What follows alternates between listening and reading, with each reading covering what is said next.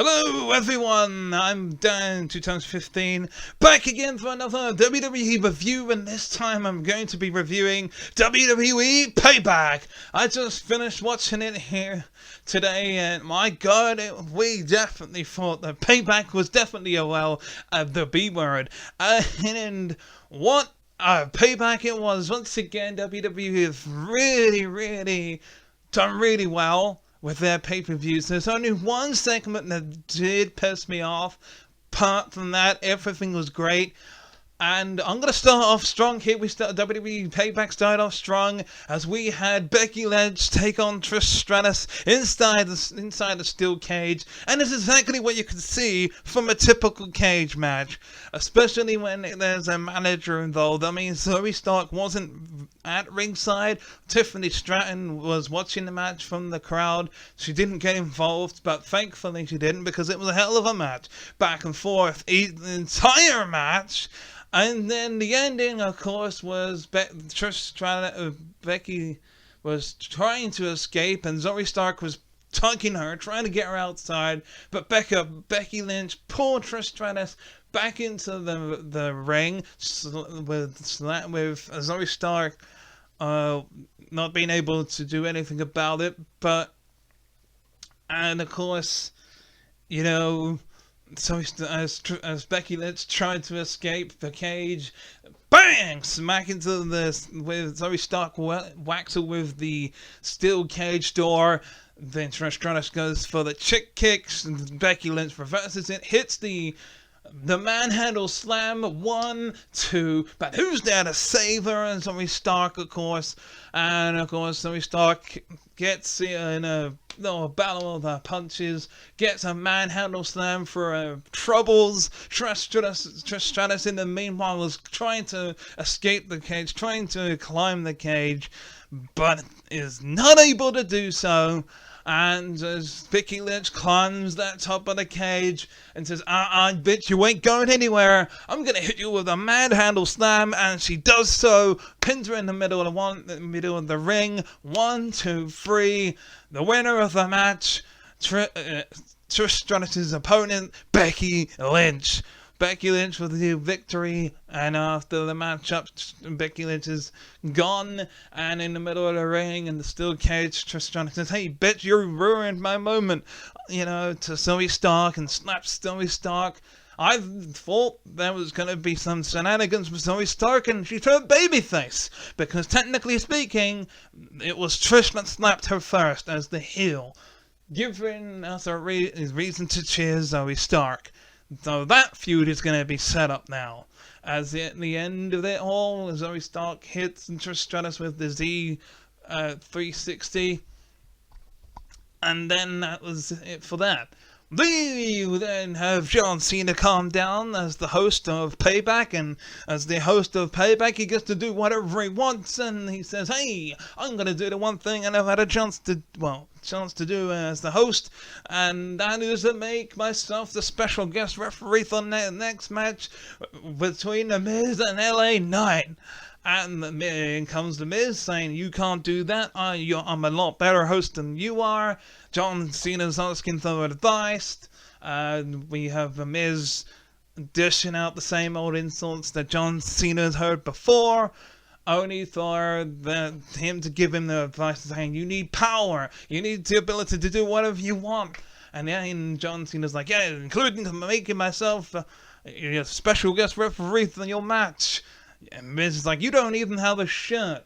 John Cena gets given a shirt, and it goes between no and yeah. No, you can't. No, yeah, I can. And here comes LA Knight. The match then finally gets underway.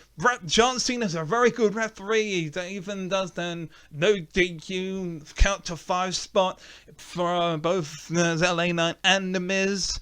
And also, there's hardly any count-outs, as John Cena doesn't want to count out whoever's outside, and it all comes down to The Miz trying to mock John Cena as he gets LA Knight onto the floor. He goes, "You can't see me, John." He takes a little stroll onto the ropes, gets as a kip up from LA Knight, hits him with the power slam, hits the whole LA Knight people's elbow move, and then LA Knight hits him with the BFT. 1, 2, 3. It's all over, and here's your winner, LA Knight. Yeah. And the next match, ladies and gentlemen, I'm going to review now for you. Is going to be no other than the United States Champion Rey Mysterio defended his title against Austin Theory. And, well, this match was a very quick match, I might say. It was back and forth the entire match, and Rey Mysterio had some offense, but there was a time where Austin Theory was on the top rope trying to take the mask off of Rey Mysterio, disrespecting Rey Mysterio enough to get him pumped up, and of course, in the end, Mysterio hits the 619, goes for the splash the way he won the United States Championship, gets countered by Austin Theory. Austin Theory goes for the A-Town down, but gets countered into a roll-up. 1, 2, 3, and still United States Champion Rey Mysterio. And in the end, you got Rey Mysterio and the LWS celebrating with him on top of Santos Escobar's shoulders. And then, yeah, that was pretty quick. Unlike the next match, the WWE Tag Team Championship street fight for tag team titles, as Kevin Owens and Sami Zayn defend their titles against the Judgment Day. And oh my god, you talk about unfair. Like, it was practically a 5-on-2, because every chance the Judgment Day got, a member of the Judgment Day got involved. First, Dirty Dom saves Finn Balor and Damian Priest, but he gets taken care of by Kevin Owens, Kevin Owens putting him through a table. That's after Kevin Owens and Sami Zayn pop up with hockey sticks and local hockey team jerseys on. That's quite cool, I like that. Taking out the Judgment Day there. Only for, taking out Dominic then, and then he comes back, and then he gets put through a table with the Swanton Bomb from Kevin Owens. Then, of course, that leaves Sami Zayn in. That leaves Sami Zayn alone with Finn Balor. Finn Balor goes for the drop kick, but gets reversed, and hits the sling blade, but he goes for the hesitated drop kick, but reverses it and gets hit with a haluva kick in the corner, and had 1, 2, and who pulls Damian Priest was being pinned, I should add. He gets it in with the haluva kick, not Finn Balor.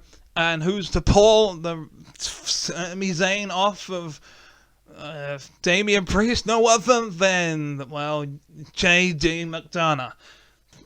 He sacrifices himself because Kevin Owens powerbombs him onto a table. That takes him out of the equation, but just as Kevin Owens is about to get back into the ring, he gets speared through the barricade by Rhea Ripley. And that leaves Finn Balor to try and take out Sami Zayn, but, he goes for the haluva kick, and Sami Zayn rolls out the way, hits the second haluva kick of the night. Finally, he's pinning Finn Balor. 1, 2, and out of nowhere, where the fuck did he come from? Freaking Dominic Mysterio with the Money in the Bank briefcase knocks out Sami Zayn as the referee's hand was coming down for the 3. Then it just takes Finn Balor to put his arm over onto Sami Zayn. 1, 2, 3, and new tag team champions, Finn Balor and Damian Priest, the Judgment Day. Oh my god, that was a 5-star matchup. But I swear to God, they're going to get their revenge. Come Fastlane, I won't be able to see it because I'll be in America by then. But my God, I know for Fastlane, there's going to be a rematch, most likely.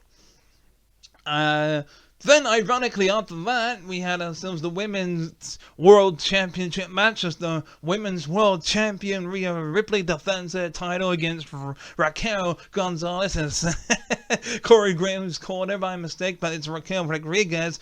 Very interesting. It was a dominating matchup by Rhea Ripley the majority of the time. There's even a moment where Raquel actually finally came back. But of course, Dominic Mysterio comes down and saves Mammy from being destroyed. And of course, that's like distraction. Dominic Mysterio once again. He is the freaking MVP of the night, saving both the Judgment Day and helping out the Judgment Day throughout, helping out Mammy, Finn Balor, and Damian Priest. Getting put through a table, then getting power slammed by Raquel, and of course that's like distraction gave Rhea Ripley a chance to grab Raquel with the Riptide, and 1, 2, 3, still Women's World Champion Rhea Ripley. That was a good matchup. All of them was good, but in between those matches, we had the Cody Rhodes come out for the Grayson Waller effect. Doesn't really go to plan, and Grayson Waller does his stereotypical thing of winding up Cody Rhodes and the crowd, and we have a new member of the Monday Night roster. Ladies and gentlemen, as Cody Rhodes somehow managed to convince the management to get the newest member of the Monday Night Raw roster, no other than the most main event guy you can think of right now. Main event, Jey Uso. Jey Uso is back after 2 weeks of quitting WWE, and quitting the Bloodline, quitting WWE. After getting screwed off by his own brother, because his own brother loves him. I think my friend Jackson and my friend Darren tells more bullshit than Jimmy Uso. That sounds more convincing. I'm sorry, but this... you're going to have to skip this rant, Daniel, because short and sweet. I do not like the fact that Jey Uso is back on Monday Night Raw. Come on, WWE, give us a match between the Usos. I know what you're going to do. And to be honest, they should have done this and hired him back after the Royal Rumble. You're gonna have Jey Uso come down to the Royal Rumble, eliminate his own brother and himself from the Royal Rumble match to set up the match for WrestleMania. Whether something will happen at Fastlane, I don't know. But there's going to be championship opportunities for both members of Jimmy and Jey. Both Jimmy and Jey will cost each other the tag titles and individual titles, building up to the Royal Rumble. I know that's what's going to happen, and that's when the feud will take place at WrestleMania. They ballsed it up so far, and they made me look. I went live to Money in the Bank. Saw the Usos win. SummerSlam comes around and everything goes to shit. But that's another talk for a different day. But, we're going to go from the main event Jey Uso to the actual main event itself of Payback, and that is Shinsuke Nakamura going one-on-one with the World Heavyweight Champion, Seth freaking Rollins. All I can say is, Payback is the word, and back, my God, Seth Rollins' bad back took a lot of bumps in that matchup. My God, it must have been hurting like hell. I mean, there's a very, very at the end, I thought Shinsuke Nakamura had won. I thought that after hitting him in the back of the head, the Kinshasa, waiting for Seth Rollins to get back up. Seth Rollins just after you're taking a kick, a good couple of kicks, counters Shinsuke Nakamura somehow, and then hits him with the curb stomp, and then it's 1, 2, 3, still World Heavyweight Champion. And after taking the beating throughout the entire match, where it was back and forth, no pun intended, and then Shinsuke taking the lead after that and attacking him on the back and putting him on by throwing him onto the announce table, injuring the lower back, I was expecting to hear Damian Priest come out and seeing him cashing his money in the bank. But after going through hell in that street fight, I don't blame him for not coming out, because he wasn't 100%. And even so, yeah, the Monday Night Messiah, Seth freaking Rollins, is still the champion. Will Shinsuke Nakamura get his chance to become a World Heavyweight Champion in WWE before his run is over? I actually think so. Now, a lot of people are like, oh, he had his chance and they blew it. No, I still think there's time. Even if he wins it one time, there is a chance that he will become the World Heavyweight Champion one day in WWE. Mark my words. But yeah, that was WWE Payback. That was 4 stars for me and 1 thumbs up. I usually rate it out of 5 stars and 2 thumbs up. 1 thumbs up and 4 stars because of the whole Grayson Waller and Jey Uso coming back. I will still continue to watch Raw and SmackDown to see what happens with the Usos and their individual singles matches. But in the end, if this may end up just being another tag team split up that they flopped on, and I'm hoping they just bring them back together, because this, I don't think it's going to work. I personally don't think it's going to work. They'll have their match at WrestleMania, Jey Uso will win, and then a few months down the line after that, they'll be back as tag team champions. Mark my words. Because they tried this with the Dudley Boys back in, 2002 or whatever, 2004? Didn't work. They've done it with so many tag teams, and then so many great tag teams like Edge and Christian and the Hardys and the Dudleys over the past, and they end up bringing them back together. So, it's not going to work this time. You can try and get us to boo Jimmy Uso, but eventually it's not going to work. So yeah, do I want to see Jimmy and Jey go at it at WrestleMania or somewhere down the line? Of course I do. Am I going to pay attention to SmackDown and Raw? Of course I am. But that is all I have to say about that. And yeah, Payback was still great. Seth Rollins won barely. And I feel like Seth Rollins is going to lose the World Heavyweight Championship to Damian Priest. And I think come the next episode of Monday Night Raw, this Monday, the last Monday before I go away to Las Vegas,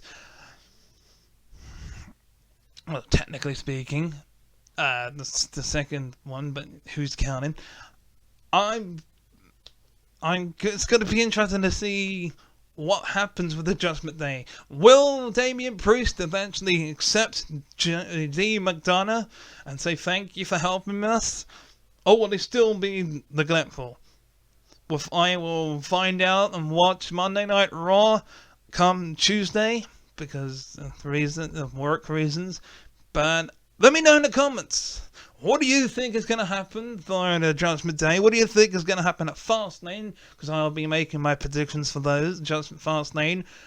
Well, try, but we shall see. Maybe not. I don't know when the next prediction videos and review is going to happen. We shall see. But until next time, for another predictions and review, let me know what you thought of Payback in the comments below, and until next time, goodbye. Thank you very much for watching this video. If you like this video, click on the Master Chief icon to subscribe to my channel. And if you want to watch the previous video, click on the one on the left. If you want to watch the playlist, click on the one on the right.